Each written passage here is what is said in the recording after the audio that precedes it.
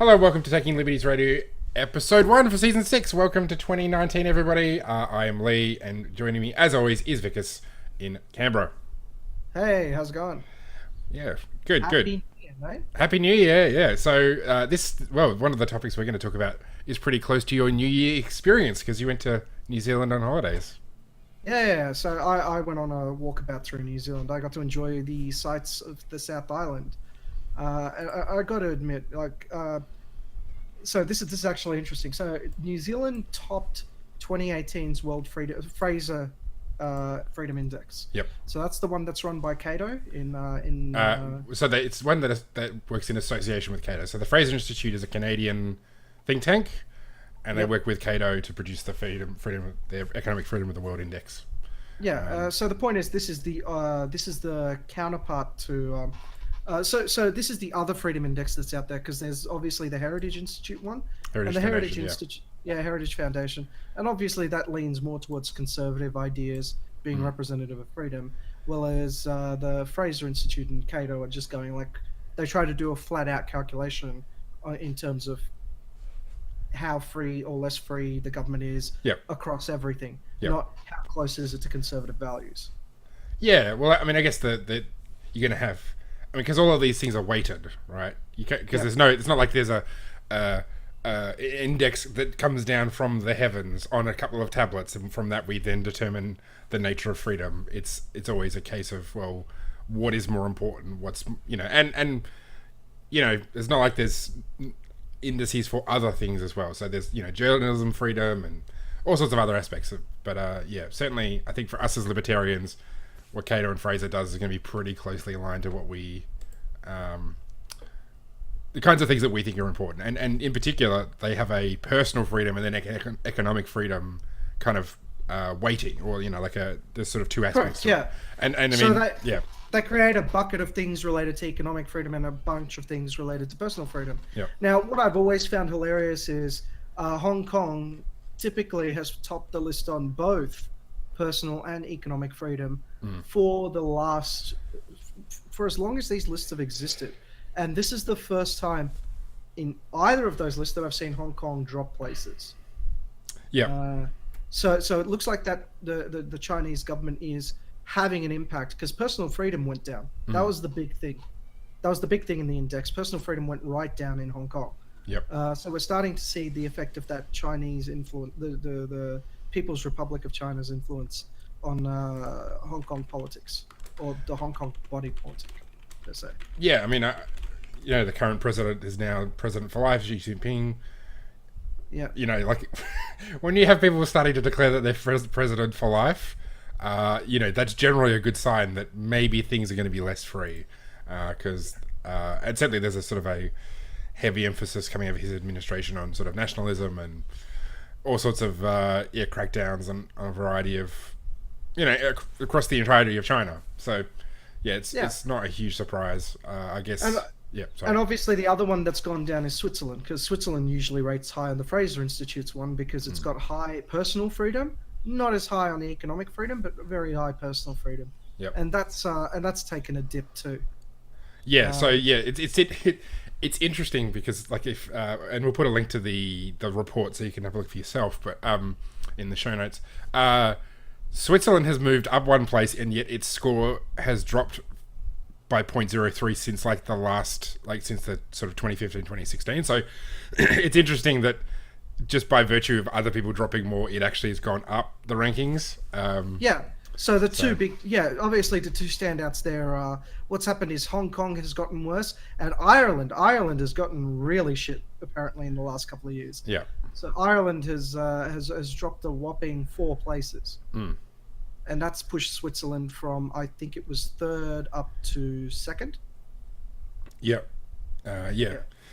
Well, essentially Australia's taken its place Yeah. in that. So yeah, I mean, I And Australia's the same thing. It's gone down by 0.03, yeah. but we've gained a spot. So what we're watching is effectively countries falling in terms of their freedom, but they're falling. Sorry, countries are falling in terms of freedom, but they're falling slower than other countries, if that makes any sense. Yeah, I Right? mean, I guess when you, in particularly when you start looking sort of around further around the index, you start to see very precipitous drops, like and or jumps, all sorts of big changes. Because I guess most of the countries in that top 10 or so are pretty close, or top 20 even. Like they're relatively close in the rankings, and they're only changing a very small amount because I guess they're stable. I mean, that's the thing. If you go New Zealand, Switzerland, Hong Kong, Australia, Canada, you've named five places which are generally, big changes don't happen often. Yeah, like a change, like we complain that a change of government doesn't result in huge changes in Yeah. the way that the country is governed, and the result of that is obviously reflected in this Human Freedom Index. We don't change much. So, like the effect of, hey, a Labor government comes into play, Yeah. they're going to do all this, they're going to have all these economically restrictive things. It really only impacts us like 0.03 Yes. Yeah. on the Which index. is, I mean, it's a virtue and a vice. So it's a vice in the sense of you and I would like to see rather radical change in how some policies work out. Which will actually have substantial effect, like war on drugs, for example. The impact that has on all aspects of governance and the justice system is huge. But the fact it doesn't change quickly means that other things don't change quickly as well. So we want more freedom, but there's lots of people out there who have crazy ideas that are the antithesis of freedom. So they too also miss out on radical change. Yeah, effectively, yeah. So yeah, Yeah, but that's actually a good thing because, like, despite the fact that these things are massive, right? It actually makes, to be perfectly honest, what we should be doing is arguing. Look, that 0.1, right? It sounds like a small thing, but this is the actual cost of that, right? sure, yeah, This is the social cost of that, and that's the thing. I think the index is good, but there's no one who kind of unpacks it into this is what it means for that country. Now, let me put something. To be perfectly honest, New Zealand, um, literally doing everything in New Zealand is more expensive than doing it in Australia. Everything. yeah, Uh, when I was across there, I'm like, okay, so the currency conversion rate, we end up better off when I went over, about 8% better off, right, in terms of the currency conversion, right? yep, But the cost of living, their fuel cost, right? They're paying $2 a fucking liter yep, on fuel, right? And here's the thing: every time I've heard an economist say like, "Oh, it should be indexed to CPI," right? They say the fuel excise should be indexed to CPI. Now, New Zealand does do that, right? And they're at $2. And if you ask like the New Zealanders, so why is it at $2? And they go like, "Oh, the fuel tax just goes up all the time." yep, Right? And I'm looking at it there, going like, we only pay like $1.10 per liter, and they go like, well, wow, that's really good. yep. And I'm sitting there going like, and we bitch about. Well, I mean, some of that, because I mean, the thing about this index, so you can actually scroll down to see the kinds of things they're looking at and Yeah, what counts in the how they report, but it doesn't include things like size of the population, because yeah, that's going to have a big impact. New Zealand's even more, Kind- even more isolated than Australia. Like it's further away from everything else, and it's got a smaller population. So, um, that's going to have an impact on no, in no, no, terms no, no, on no, no. prices. No, no. I was just going to comment about like the two big things, like the stuff that we talk about, like with fuel indexation. So economists are always arguing in Australia, oh, we should index it to CPI because Yep. then all of a sudden the government has a lot more money to play with. Oh, But okay, I look at see what you mean. yeah, but like you look at the effect of what that's had on New Zealand, right? We bitch about the fuel tax being about 50% of what we pay in fuel, right? For them, it's more than 50%, right? It's a shit ton they pay, and it goes every year. It goes up, Yeah. right? So the fuel price of New Zealand is pretty freaking stable. It only either goes up or stable, up or stable.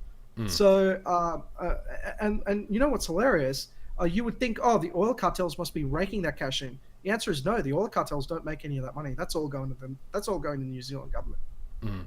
And effectively, what they've done with that is they've said, oh, they're going to give everyone like super good coverage on accidents. Yep. So it's ended up being one massive insurance pool. And I sit there going like, I know you think it's one massive super insurance pool, but it's really just a kitty for the government to raid. Yeah. Yep. Nothing like a big pot of money for governments to go looking in. Yeah, Um, and to be fair, like I look at the South Island, their roads are atrocious.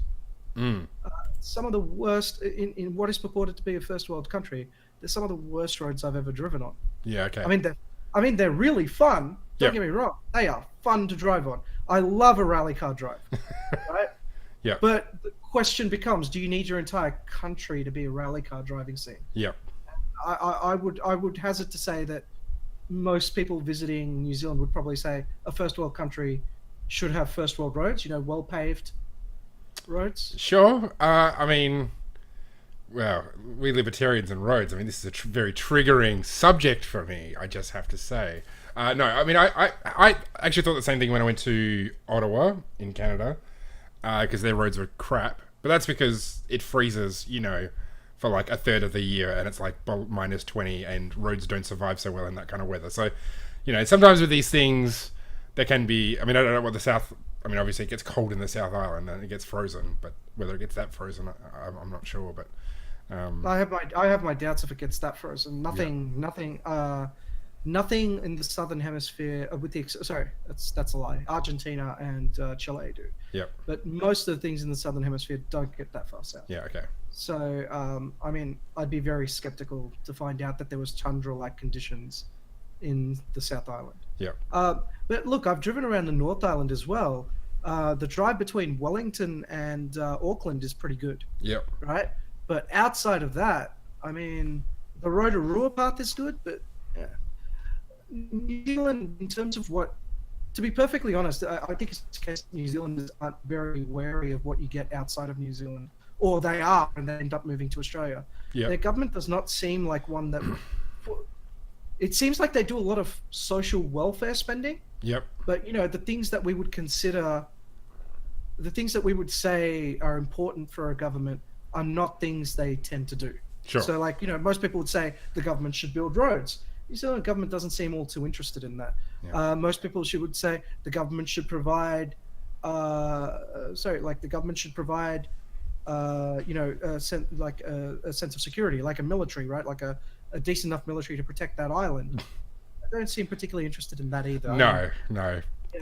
Which reminds me Um, of the very hilarious ad that was produced for the Gruen report. the Gruen Gruen Report, transfer, the Gruen transfer, yeah. when they did an ad on Australia invading New Zealand and making the joke that they don't have a military, so it's just open territory. It's their ours for the taking. Yeah. Um, So no, but like the stuff that you would typically expect a government to be, really on top of, the things you consider the core business of a country, yeah, they don't seem particularly interested in it. They seem much more interested in, hey, we're an island with a social democracy, and we take really good care of our people. It's like all about putting a friendly, smiling face on everything, sure, which is great. But I look at the pricing of everything. I don't know how New Zealanders feel about the cost of living in their own country, because the thing that really shut me, right, was the cheapest milk I could find. Right, this is milk, yeah. right? The cheapest milk I could find, and this is for a liter, right, was $3.50. Holy moly! Yeah, three And $3. the weird thing is, New Zealand's known for its dairy. Like that's often when you hear dairy farmers talking about, like issues with regulation. It's we can't let all that New Zealand dairy, and because they. So yeah, that's weird that internally And the I thought prices. that was just yeah, and I thought that was just a case of like me not being able to, sorry, and I thought that was just a case of like me not being able to find cheap prices. And what they said is, it technically, yes, on the South Island, that's just how it works. They said if you go to the North Island, you'll be able to get it for about $2.20 per liter, right? Still And I was crazy. just, I was just like, what? Yeah. What the fuck? What exactly? How do you justify this? How do you justify milk Well, that it's because there's expensive? all the heroin that they put in the milk, Vickers, because they're just like total like druggies or whatever. Because their personal freedoms are high, man. They can sleep with prostitutes and take drugs. Yeah, but Let's. yeah, that, yeah, Sorry, final word, and then we might move on. yeah. So other than the fuel, like I don't know. To be perfectly honest, if you're a New Zealander, let me know how you actually feel about all of this. Because like I'm happy to show you Australian prices that we think are expensive, Yeah. and they're half of what you're paying. Yeah. right? Um, And sorry, yeah, go. yeah. No, I'm flabbergasted. I just don't know how they live. It Yeah, doesn't make any sense to me because they don't make more than what we make in Australia. no. Let's talk about Patreon and the Exodus. This is something that piqued your interest.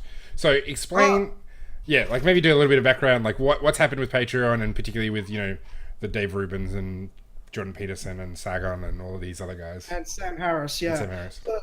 Yeah, so actually, this thing probably started a while ago, much further ago, because I've been following this thing sort of on the periphery. I didn't think we would make a comment on it when it originally started, but now it's actually interesting. So I think it was a year ago now, a year and a bit ago, they kicked off Lauren Southern from Patreon, right? Patreon, for anyone who's not familiar, is a website that you can basically subscribe to your favorite, content creators. Yep. So And it's there's art and music, and but also journalism and opinion writing and that kind of stuff as well. Yeah, the point is they wanted to get around the demonetization, the demonetization stuff that YouTube does. Now we never have to worry about it because I don't. We haven't activated this channel for the YouTube rewards program, Yeah. so we don't actually get any money for any of this. And I have, and I have no urge to turn that on because we don't have enough subscribers. Yeah. And even if we did get big, I can't. I want to keep this as a hobby sort of thing Yeah. between us. I don't think I ever, even if it becomes big, I don't think I ever want it to be a situation where we're like, No. I mean, uh, people occasionally be like, "Oh, why don't you do this and why don't you do that?" and it look more professional. I'm like, "Yeah, but I actually just want to do this in my spare time for fun. I don't want to make it a thing." And Yeah. to those like Tim Wilms and James Fox and others who are like trying to make it a thing, I'm actually all really power happy to about you. it. All power to you. That's fine. I have no issue with that. Just for Can- you can and I- me, we're just I- like we're keeping it chill. I do want to make one comment because like some people have brought this up to me at the Friedman conference. They go, "Are you jealous of like James Fox Higgins, Yeah. who has a great podcast by the way, or Tim Wilms?" Because some people remember that Tim Wilms used to be on our podcast for Yeah. a while. And truth be told, I keep telling people this: you will never find me jealous about either of what they've done. No. And look, to be perfectly honest, I'm actually glad that they're doing better than us because we have zero ambition. Yeah. Right? Yeah. We are just coasting. Yeah. Right. We just this is a thing where two guys get on and just gab for a bit. Yeah. And those guys doing it like as a serious thing. Look, when we started this podcast, right, it was literally like me and like 5 other people who went to Friedman conference. And we were just like, there's no libertarian podcast in Australia. Yeah. Absolutely none. Let's just get on and just talk. Yeah. Right. And the fact that some people have taken the lack of quality on our on our product Yep. and sort of used that to spin off onto their own freedom style podcast. I'm actually more Yep. than happy with that. Same here. I think that's a good thing. Anyway, we're getting sidetracked from Patreon. So yes, Yeah, basically, sorry, all these Yeah, content 'cause you- creators, you all the essentially, right wing content creators. I think is probably I wouldn't call Dave Rubin a right wing one. I wouldn't call Sam Harris right wing either. you don't reckon? Okay, well I would, but that's just me. Anyway, these people are trying to do an end run around YouTube, around other avenues of revenue, which were kind of shut off to them. And yeah, as you said, Lawrence Lang got kicked off. Sargon got kicked off, I think, relatively recently. Yes, Yep. so that's where I was going to. So Sargon ended up getting kicked off over. So he was. What ended up happening was he said the phrase. I don't want to repeat the exact thing, but he basically said but you've got the right color skin, Vickers. It's okay. You can say it. Sure. I can't say it, but you Sure. can say it. But I don't want to be in a situation where all of a sudden all of our libertarian podcasts end up getting deleted off YouTube Yeah. just because I said the N-word and then me arguing, but I'm not. Yeah. But I'm not white. Yeah. So, yeah. The point is he used the N-word. But look, I've listened to the podcast. It wasn't on his podcast. It was on someone else's podcast. It was an alt-right podcast, and he was engaging them. And he basically said he basically said the entire audience was acting hypocritical because they are the very type of person they try to criticize. That was his entire thing. And he used their language. So it's while he used the N word, it's contextually it's not the same, Yeah. and it doesn't make sense. It's a statement that clearly didn't apply to black people at all in that particular context that he used it in. Sure. So And so can I add this, like, so one of my favorite podcasts is called The Fifth Column, which is Camille Foster and Matt Welch from Reason, and then Michael Moynihan from Vice, and it's a media podcast. But Camille Foster, being African American, he often talks about this and just the weirdness that comes around specifically that word. Like, if you really want to hear some like an some intelligent reflections on the word, the role that word has in the discourse or in the culture, listen to that podcast. You'll get some very interesting things. So anyway, I just wanted to digress briefly. so what did they say about it? So Camille, like, basically Camille is so even though he's like, so his mum's from Jamaica, or his parents are from Jamaica, and he's a sort of a first generation sort of immigrant, or second generation, the child of immigrants. He basically doesn't identify as black, so he doesn't see any value in that. So he's pretty much a hardcore kind of individualist, sort of anarchist.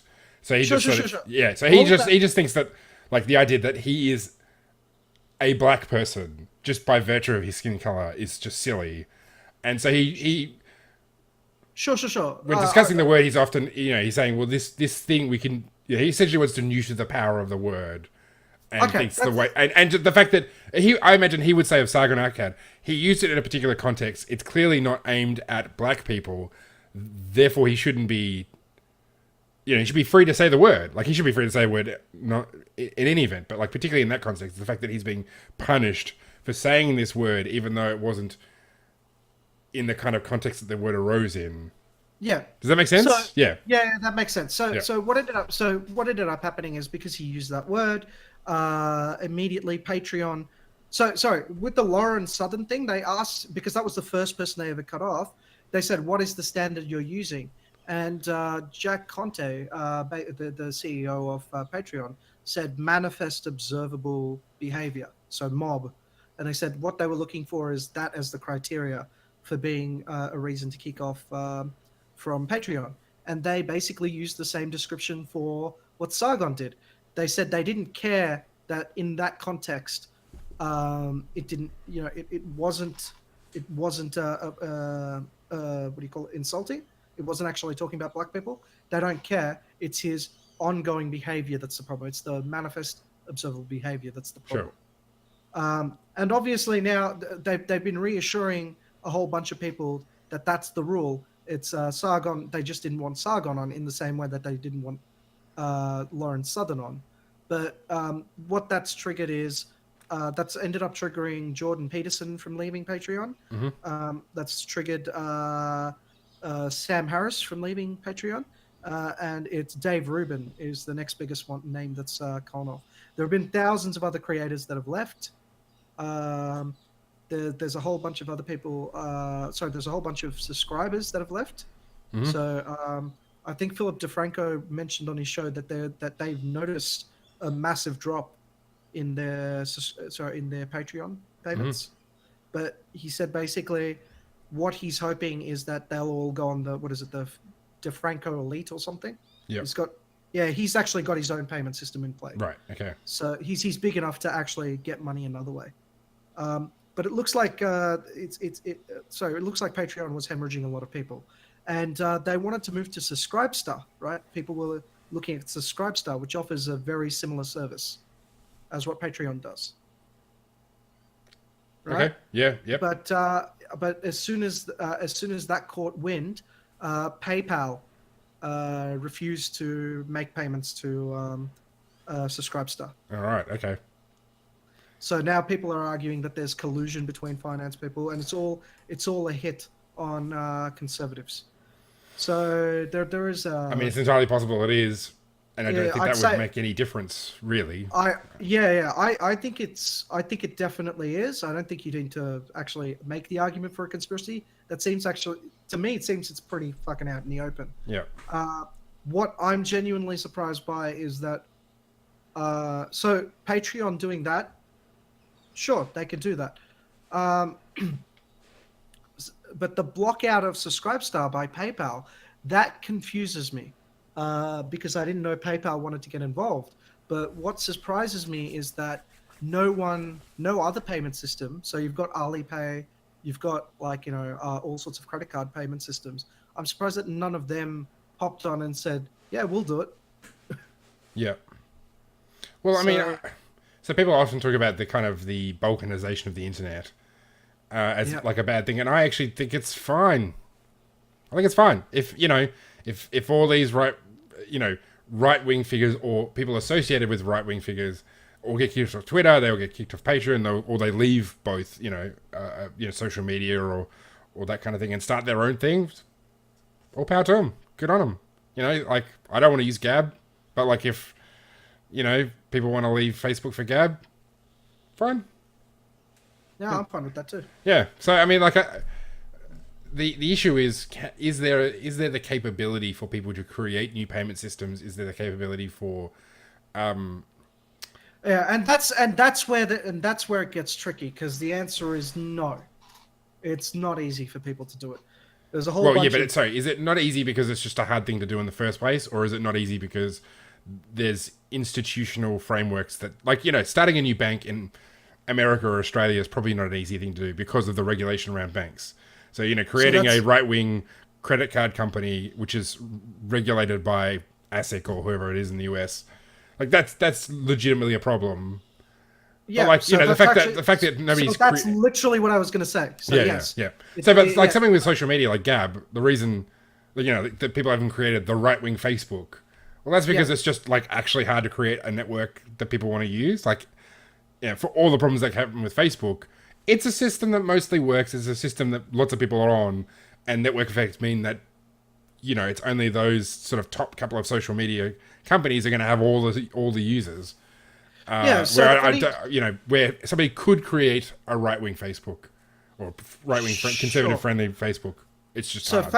so Facebook, yes, it's something. Facebook, like a social media app or something like that. That is something that you can actually go and create without a problem. Payment systems, on the other hand, not so much. Yeah, So what people are saying is, so uh,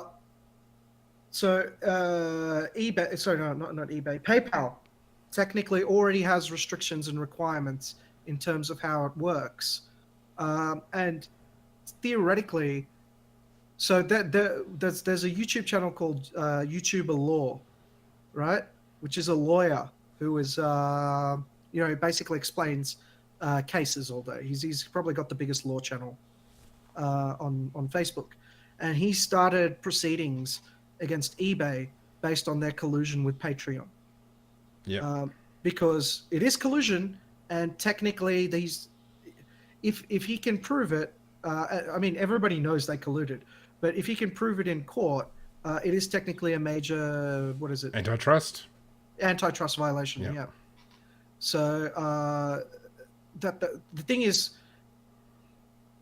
Patreon and so that collusion between Patreon and I don't know how it happened, but that collusion to take Subscribestar out, probably they played fast and loose with that one. Maybe, I don't know. yeah. I mean, I guess that whether the question of whether it is prosecutable or suable is separate from whether they should be suable. Like, I mean,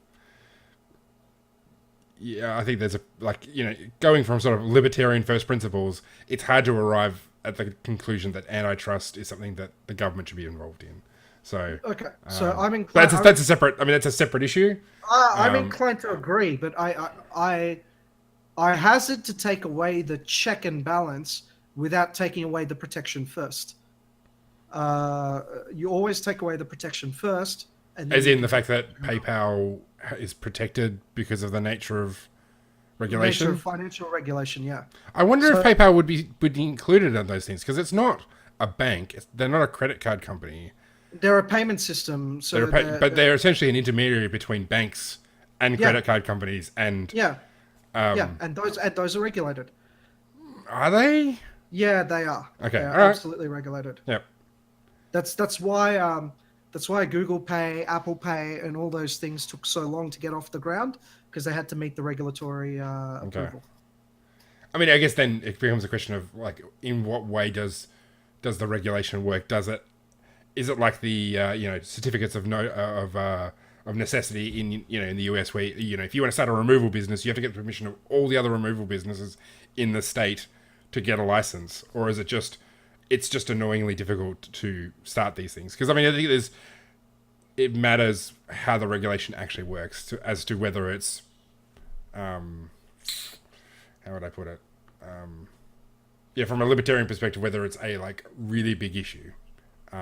Is PayPal essentially able to keep out competitors because of the regulation, or is it just that the regulation is onerous? So the regulation is onerous. But look, yeah. to be perfectly honest, what people have made a comparison to is for privacy's sake, in Australia and in the US, your ISP, right? Yep. Not your ISP, sorry, your telephone provider, Mm-hmm. right? They're technically a private company, right? Mm-hmm. Right, but so they can listen to your calls if they want to. Yep.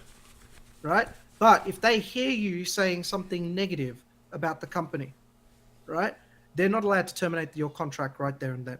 Okay. Right, and that's a law here in Australia. That's a law in the United States as well. Right, and what the people sorry, this is the comparison this lawyer was making. He basically said what Patreon and eBay have done. Patreon and PayPal have done effectively is taken that they've heard their subscribers making negative comments about them, and where they're going to, and use their power illegally to use their protected power illegally to stop the payment system somewhere else. At least you'll have I don't buy into that, because essentially these people are talking, all of these figures are talking openly on the internet what they're going to do next. So, which is different from, Telstra tapping my phone line and listening to see if I say nasty things about Telstra to my wife or whatever. So I think it's somewhat different. But yeah. Anyway, well, we're at 32 minutes. Did you have any quick final thoughts about the Patreon thing? Before we wrap things up? Only that I hope that it results. Look, I've found PayPal okay. I've used it over the last 15 years. It's a fairly good system, but I do have my complaints about it. And I would really like to see more competition in that space. Sure. Yep. Right. One of the biggest ones. Yeah. So, particularly in how PayPal is particularly atrocious at handling chargebacks. And that's why, unless I absolutely have to, right, I'll use my actual credit cards to make the payments. Right. I'll only use PayPal if I want to disguise the fact, disguise my personal information. Yep. Right. Yep.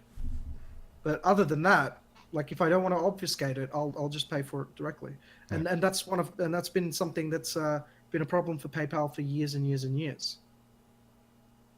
Yeah, fair enough. Yeah, I mean that's a reasonable point, I think. Yeah. So a better payment system would be good to have. Sure. And if it also happens to be politically neutral, I'll take it. Yeah, absolutely. All right, well, we'll leave it there for this week. Thanks everybody for joining us. We'll be back again next week with more discussion about freedom here in Australia and around the world. All right. See you next week.